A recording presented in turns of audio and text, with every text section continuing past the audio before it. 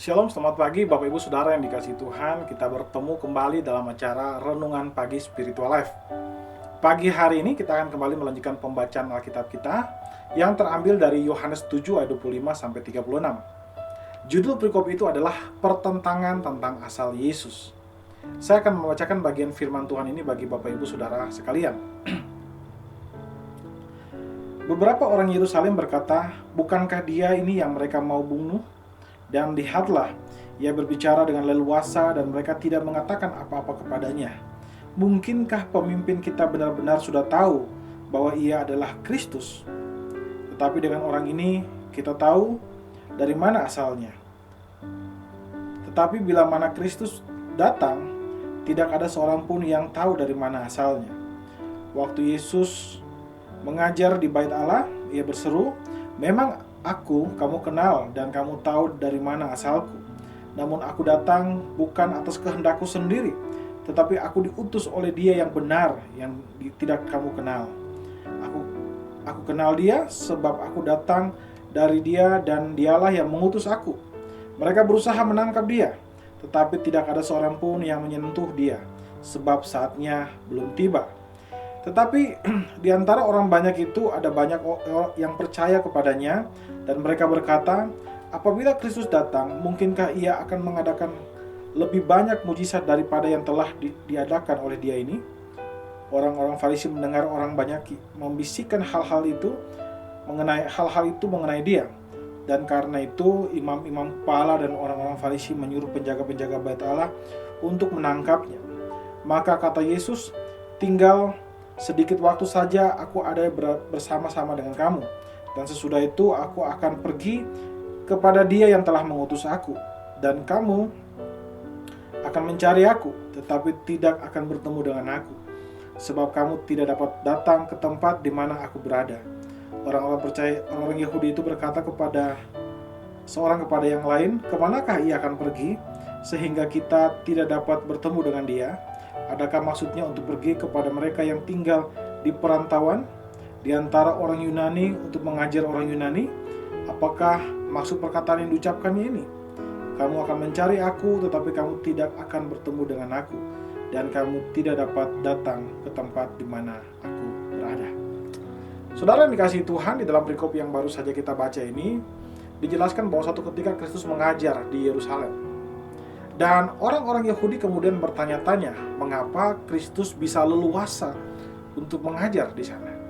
Apakah para pemimpin mereka sudah berubah pikiran tentang niat mereka? Nah, saudara, rupanya telah menjadi sebuah rahasia umum di kalangan bangsa atau penduduk Yahudi Yerusalem bahwa para pemuka agama berniat untuk menangkap dan membunuh Yesus. Karena itulah perkataan ini kemudian muncul.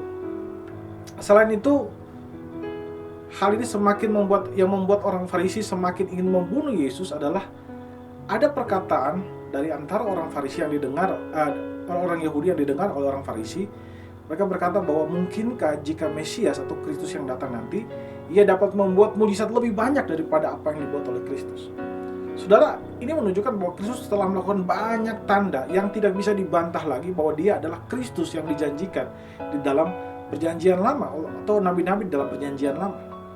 Karena itu orang Yahudi bertanya, kalaupun Mesias nanti datang, apakah Mesias itu dapat melakukan mujizat lebih banyak daripada apa yang dilakukan oleh Yesus? Nah, saudara, perkataan itu semakin membuat mereka ingin membunuh Yesus. Khususnya orang Farisi, ketika mereka mendengar orang Yahudi memperbincangkan hal itu, mereka semakin didorong untuk membunuh Kristus. Dan karena itulah mereka menyuruh para penjaga Bait Allah untuk menangkap Kristus.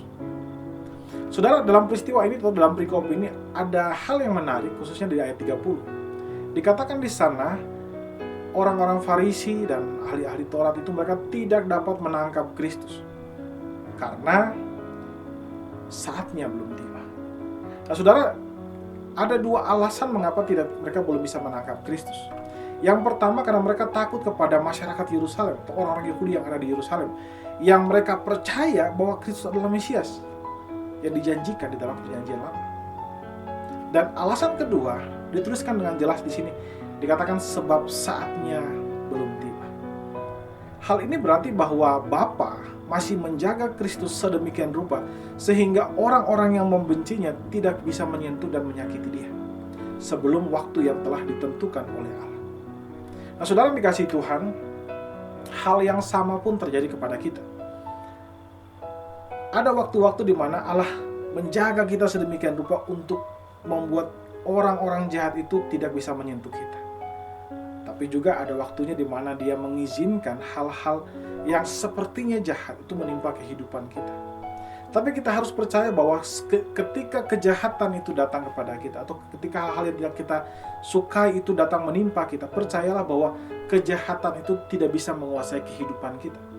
Karena ketika Allah mengizinkan kita masuk ke dalam hal-hal yang mungkin kita tidak sukai, Allah tetap memegang kendali atas kehidupan kita dan atas hal-hal tersebut, sehingga Ia tidak akan membiarkan kita dihancurkan oleh kuasa-kuasa atau kejahatan-kejahatan yang berusaha menghancurkan kita. Sebaliknya, Ia sanggup mengubah hal-hal tersebut menjadi suatu hal yang bermanfaat dan berguna bagi kehidupan kita. Karena itu saudara, marilah kita selalu mempercayakan hidup kita ke dalam tangan Tuhan. Percayakanlah hidup saudara ke dalam tangan pemeliharaan Allah, apapun kondisi yang sedang saudara hadapi saat ini. Saudara, ingatlah bahwa pemeliharaan Tuhan selalu ada, bukan hanya dalam situasi-situasi yang nyaman bagi kita, tapi juga dalam situasi-situasi yang mencekam kehidupan kita. Mari saudara, saya ajak kita untuk mengambil waktu sejenak untuk merenungkan firman Tuhan yang baru saja kita dengarkan. Saudara, apakah persoalan hidup yang saat ini sedang saudara hadapi? Saya mengajak kita untuk mari kita berdoa, meminta anugerah Tuhan, memampukan kita untuk memiliki keyakinan terhadap pemeliharaan Allah di dalam hidup kita.